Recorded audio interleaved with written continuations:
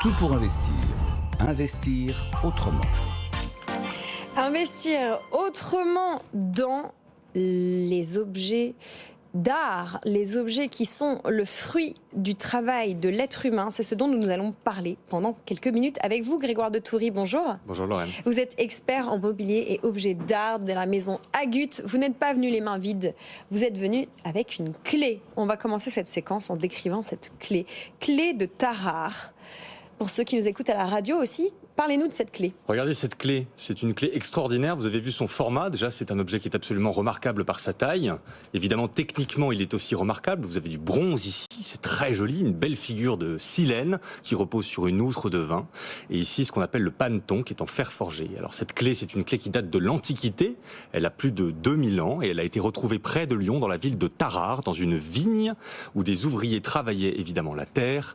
Et c'est à cette occasion que cette superbe clé a été donc considérée comme la plus belle clé de toute l'Antiquité. C'est une très grosse clé, pardon de dire ça comme ça. Absolument. Elle fait quoi, 20 cm ? Oui, c'est ça, exactement. Vous voyez, voilà, avec ces deux parties très distinctes. Et c'est un objet d'art majeur qui a été trouvé chez une de nos clientes qui s'est posé la question de sa valeur. Alors évidemment, lorsqu'il s'agit d'expertiser un objet d'art, il y a différents critères qui interviennent. On apprécie évidemment le savoir-faire technique qui a été employé. Vous voyez ici ces métaux dont j'ai parlé. Vous avez le bronze en haut et vous avez le fer forgé en partie basse. On voit que c'est un travail élaboré, donc on suppose une importance. Ensuite, il y a la question de la provenance et à travers différents travaux de documentation, cette provenance a été établie comme étant une clé qui était tout à fait documentée au 19e siècle. Elle a même figuré lors de l'exposition universelle de 1867. Et elle était alors décrite comme la plus belle clé de l'Antiquité. Celles qu'on a dans nos musées ne peuvent pas rivaliser avec celle-ci, mais même dans le monde entier, vraiment, c'est la plus belle. On parle d'un objet qui a traversé non seulement les années, mais les siècles, puisqu'elle date de l'Antiquité. Cette question au quotidien de la provenance et de l'authenticité des objets d'art que des gens trouvent par hasard dans leurs héritages ou dans leur famille. Elle se pose souvent chez vous ? Systématiquement. Apprécier un titre financier qui est l'objet d'art passe par de multiples étapes qui sont notamment l'identification de ce qu'est l'objet en soi sur le plan technique, le situer aussi dans le contexte historique, à quoi ça sert, comment c'est fait. Et bien entendu, cette question de la provenance est déterminante pour valoriser un objet. On a toujours une fourchette d'estimation qui est donnée. Par exemple, cette clé sera proposée aux enchères prochainement avec une estimation de 4 à 6 000 euros. Cette fourchette-là est une valorisation qui doit être posée systématiquement sur tous les objets qui passent en vente publique. Et pour cela, la question de la provenance est absolument déterminante. Parce qu'évidemment, une clé qui aura été fabriquée pour un grand prince n'est pas la même chose qu'une clé qui a été fabriquée pour vous ou pour moi, hélas.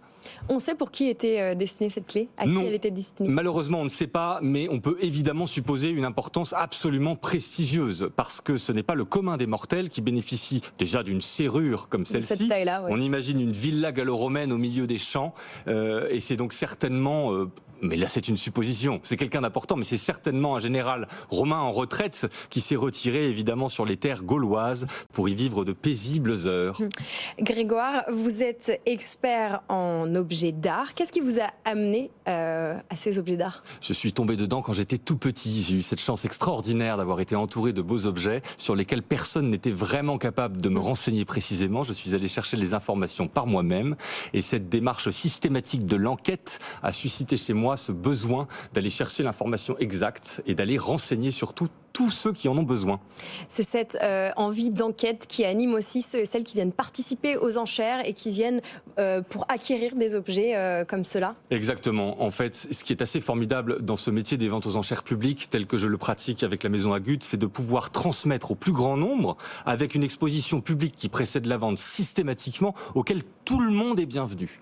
Et ça, c'est assez essentiel de l'avoir en tête. On apprend. Et non seulement on apprend à travers une description qui est transmise par des gens passionnés comme moi, mais aussi on peut acquérir et toucher. Et ça, c'est formidable parce qu'en termes d'apprentissage, lorsque vous touchez un objet, vous ressentez les choses de manière tout à fait singulière et vous vous l'appropriez. D'ailleurs, vous pouvez le faire avec la dynamique des enchères. Vous êtes un formidable conteur parce que cette clé d'antiquité assez cryptique quand même, quand vous arrivez avec, eh ben, elle nous semble très familière maintenant que vous nous l'avez décrite. Est-ce que vous pouvez nous parler de quelques autres objets comme ça que vous avez vu passer en vente ou que vous allez faire passer en vente prochainement, ou dont on peut s'approprier l'histoire? Absolument, avec joie. C'est plus de 2000 objets qui passent chaque année dans mes mains, avec 11 ventes l'année dernière, donc 4 grandes ventes qui rassemblent des pièces de choix qui ont été sélectionnées par les soins de la Maison Agut.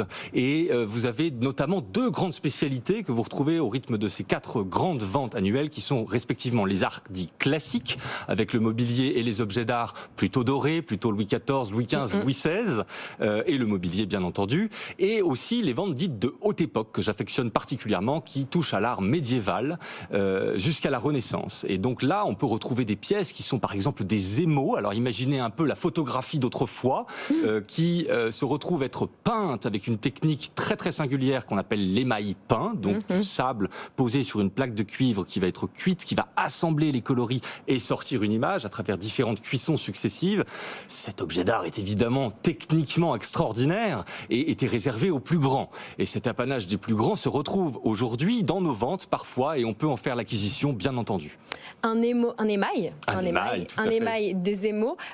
Concrètement, comment on peut en acheter? Quelles sont les pièces, j'allais dire, d'usage sur lesquelles on peut retrouver des émaux? Les pièces d'usage sur lesquelles on peut retrouver... Les objets, je veux dire. Oui, les objets. Alors, vous avez déjà le portrait en soie, qui est cet émail peint, qui est une représentation... Comme on achèterait une peinture ou une sculpture. Exactement, tout à fait. D'ailleurs, c'est un sujet qui s'accroche à un mur, généralement encadré, et qui a toujours été ainsi considéré comme de l'art pour l'art. Beau parce que c'est véritablement inutile.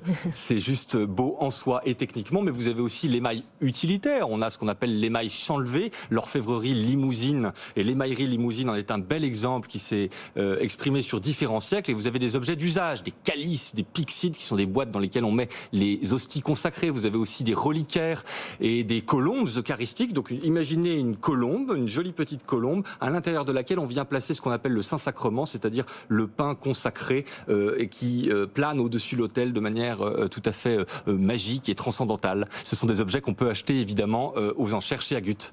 Alors justement, vous le savez, je pose toujours cette question dans cette séquence. Nous sommes dans une émission d'investissement. On parle donc argent, placement, rendement. Aujourd'hui, les objets de collection, les objets d'art, ou peut-être le mobilier, puisque vous y faisiez référence, avec lesquels on peut rentrer dans votre univers, Grégoire, il faut regarder en particulier quel type d'objet et quel est le budget auquel on peut commencer, à partir duquel on peut commencer à devenir collectionneur dans ce qui vous concerne. Excellente question, c'est un marché à 2 vitesses. Le marché des ventes aux enchères publiques du mobilier et des objets d'art anciens répond à une logique qui est assez, comment dirais-je, bicéphale, en cela que vous avez d'une part des objets de très grande qualité qui appartiennent à un faible pourcentage, qui eux représentent en termes d'investissement une valeur sûre, c'est-à-dire qu'elle a tendance à ne pas se dévaluer dans le temps. Ça représentait une grande somme d'argent pour un commanditaire d'autrefois, ça représente toujours une grande somme d'argent aujourd'hui qui ne se dévalue pas. Prenons pour exemple une pièce telle que la guitare de Marie-Antoinette qui est passée entre mes mains, qui a évidemment, lorsqu'elle a été commandée à ce luthier par la reine, représenté une grande somme d'argent, et qui, au moment où elle s'est revendue par nos bons soins, a toujours représenté cette grande somme d'argent, à savoir 60 000 €, qui a priori ne devrait absolument pas dévaloir. Mais d'une autre phase, d'un autre aspect, nous avons aussi les objets plus ordinaires. Comme je vous le disais, tout ceci est tributaire des modes et des intérieurs. Et donc le mobilier des XVIIe et XVIIIe siècles est aujourd'hui, dans son ordinaire, dévalué. Comprenez par ordinaire qu'il n'a pas de provenance particulière, comme on en a parlé tout à l'heure, et qu'il n'est pas techniquement remarquable. Il est évident que les biens techniquement remarquables avec une belle provenance se distinguent et sont des placements sûrs entre eux. Le reste, le plus ordinaire dont nous venons de parler, est accessible pour quelques centaines d'euros. Voilà ce que vous pouviez retenir de l'expertise de Grégoire de Toury, expert en mobilier et en objets d'art de la maison Agut. Cette chronique est à retrouver en podcast et en replay d'ici quelques secondes sur le site BFM Business. Une vraie leçon d'art et d'investissement. Merci beaucoup Grégoire et à toute l'équipe d'Agut.